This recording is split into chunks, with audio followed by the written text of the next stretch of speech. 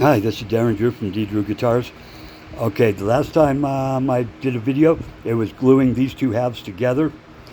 Now they're glued together. I let my glue sit for 2 days also. Now I did all the shaping on it to make it the body's shape that I want. I also contour it, because I have a lot of bend in my wood or my bodies to make them nice and comfortable. I drill out my control cavity area.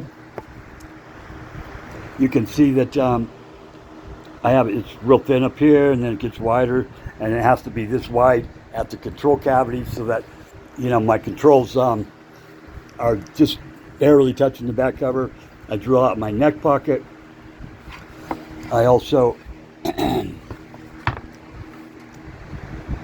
have my pickups so that they fit inside the cavities, and I have them carved out to the right depth here as they go in, because I mount them from the back so that they go in and they'll stick out of the front just a little bit, as you can see there. And I have on the back side of my top piece, it routed out to where there's only a little bit there, 2 millimeters actually. That will sit, the pickups will rest right up against inside here. But so, also what I do at this point is, it's hard to see, but, okay, I don't like my wires to show it all, so what I do, if you can see this part here, it's a little piece that comes down mahogany, and then one from over here to there. I route that out. Yeah, you can see it there, the discoloration, the color change. As I route out a canal wave for each pickup, and then I put in a big plastic straw.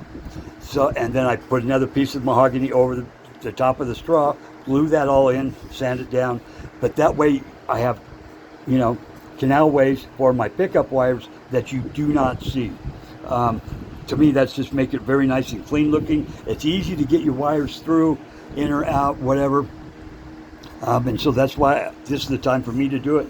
This little piece right here is for my Allen wrenches that will be needed for like my bridge height, my string height, stuff like that. A tool to adjust my truss rod. I use the sprocket type. And so once I have this all, the shape that I want it, I will go to glue it together. And like I said in one of my other videos, you need clamping blocks so that you don't clamp into the wood itself. So then I have one that'll go here, and you want it fairly as close as you can pretty much get it to the body, because that way your clamps can go in farther.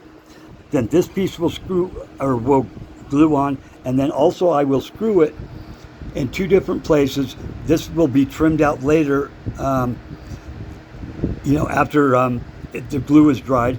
And then here is where the bridge is going to sit, so I can screw it there also, because when you put glue on a body that's really rounded, it just wants to slide off like this, so I like to screw it in place, pull the screws out, then I'll fill in the ones here later, and then I have all my wood to clamp, so I don't hurt my wood. I'll put these pieces on here, and then I'll put my clamps on both sides. I'll use my Elmer's wood glue there, and I will get as many clamps as I can possibly fit on it, and have them as tight as I can get them, and let it sit for 2 days at least to cure. And then I'll pull it all apart, and then I'll trim down the other side. Then next I will glue the top of the top part on, you could say. And before I use my clamping blocks, I will always sand them so that there's no big spots on them to put dents into my wood. Sand them all the way around. I like them nice and smooth. And try to wipe off all the glue as I'm clamping, because it's going to squish out, so that I don't have to clean it up later. Use a wet rag.